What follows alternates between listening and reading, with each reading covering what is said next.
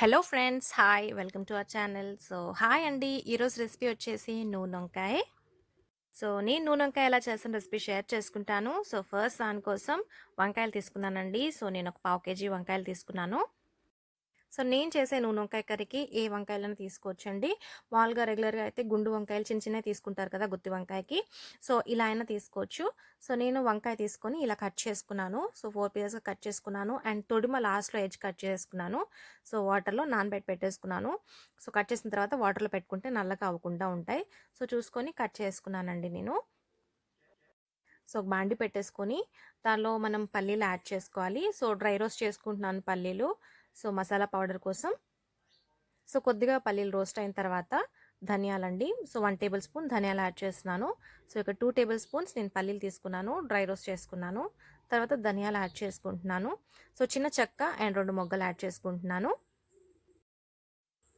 So పొయ్యి ఆపే ముందు లాస్ట్లో 1 టేబుల్ స్పూన్ నువ్వులు యాడ్ చేశాను. సో నువ్వులు కూడా యాడ్ చేసుకొని ఒకసారి మిక్స్ చేసుకోవాలి.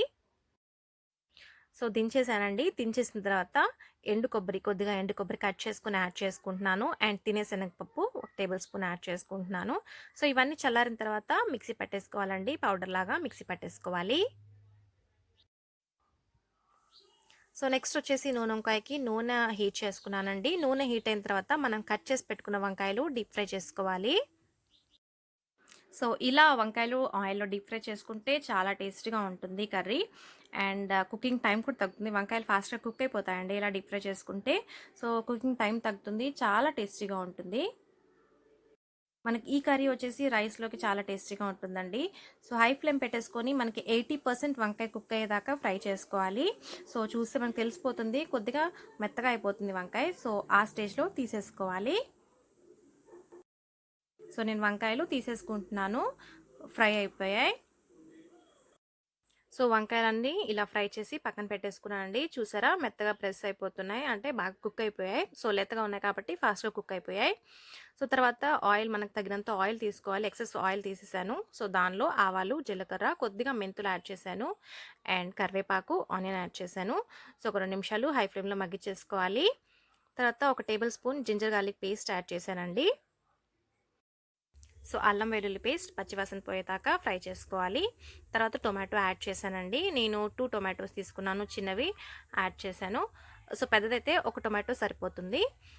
సో తర్వాత కొద్దిగా సాల్ట్, పసుపు అండ్ కారం యాడ్ చేసుకోవాలి. సో అంతా ఒకసారి బాగా మిక్స్ చేసుకోవాలి.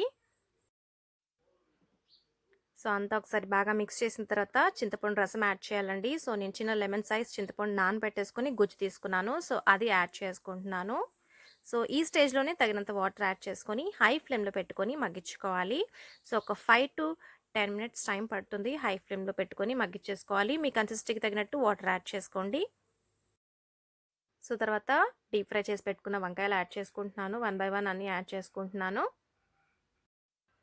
సో వంకాయలు యాడ్ చేసిన తర్వాత మీడియం ఫ్లేమ్ పెట్టుకొని ఒక 2 నిమిషాలు ఉడికించుకోవాలి. సో కూర చిన్నగా పక్క నుంచి కలుపుకోవాలండి. సో ఫాస్ట్గా కలిపేస్తే మనకి విరిగిపోతాయి వంకాయలు అనేది. సో పక్క నుంచి చిన్నగా కలుపుకోవాలి.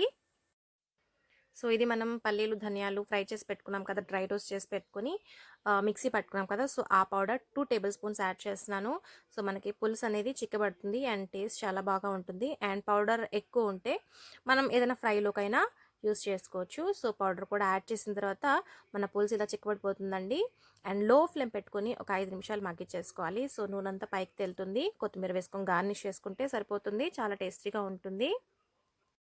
సో ఈ కర్రీ రైస్లోకి అయితే చాలా బాగుంటుంది. సో తప్పకుండా ట్రై చేయండి. మరిన్ని వీడియోస్ కోసం లైక్, షేర్ అండ్ సబ్స్క్రైబ్ చేసుకోండి. Thank you for watching.